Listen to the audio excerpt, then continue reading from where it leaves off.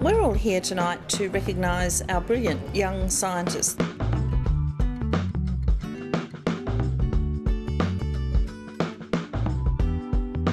Who are doing world-breaking research into atherosclerosis, or specifically fat in the arteries. And if you can see the room, it's absolutely chock-a-block full of people that are proud to be associated with us, and we just love having everyone here.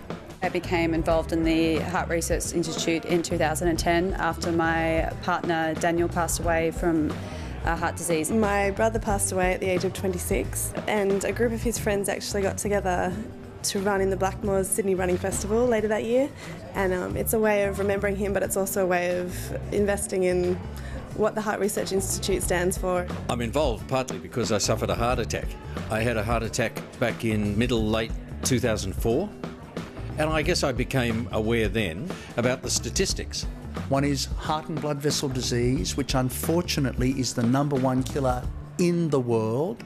And because that kills effectively 30% of Australian populations, and also most of the rest of the world in fact, it's a really, really major problem, and it affects virtually every family around the world sooner or later.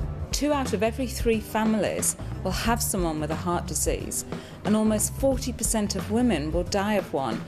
In my lifetime, coronary artery disease will be an epidemic in India and China, and it is not just highly relevant to my locale, but highly relevant issue globally. The results they're getting are overwhelming. The return the community's getting for the effort that these extraordinary young people are putting in at the HRI, I just think you just couldn't put a value on it. But probably our greatest achievement has not been those scientific papers and those citations, but in the training and the development of young people.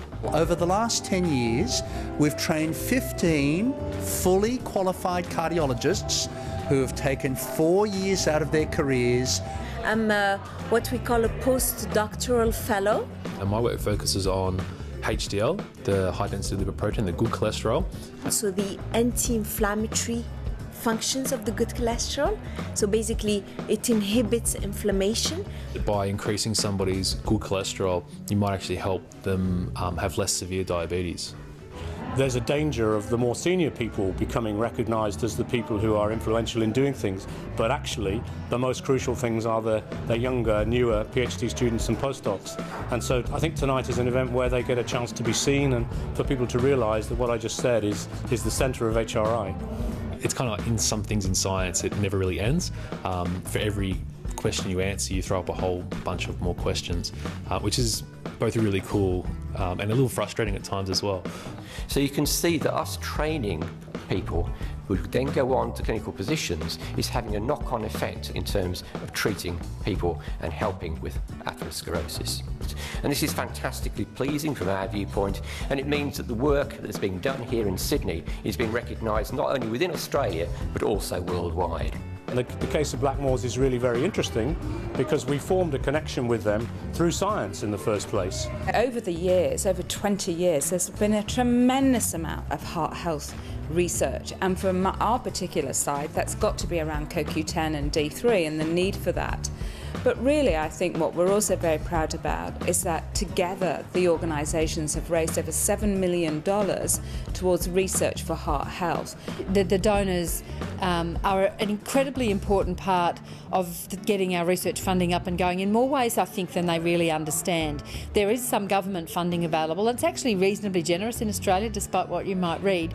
But that government funding is contingent on your partnerships with your community. Our worldwide research could not happen without the support of our donors. Without this research, more and more people will die or suffer from this disease, and with their help that we might be able to work towards, as I said, preventing or at least being able to find a cure to some of them. It's not the amount, it's the fact that you have said to someone, I believe in you, go and do it.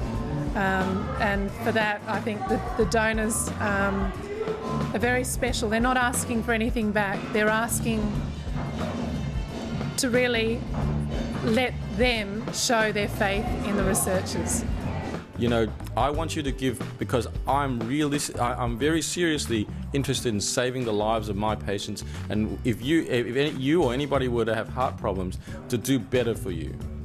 The Heart Research Institute and me as an HRI ambassador are very grateful for the time they give, the money they donate, and the support they give. Join me in thanking all our winners tonight and our presenters. Thank you all.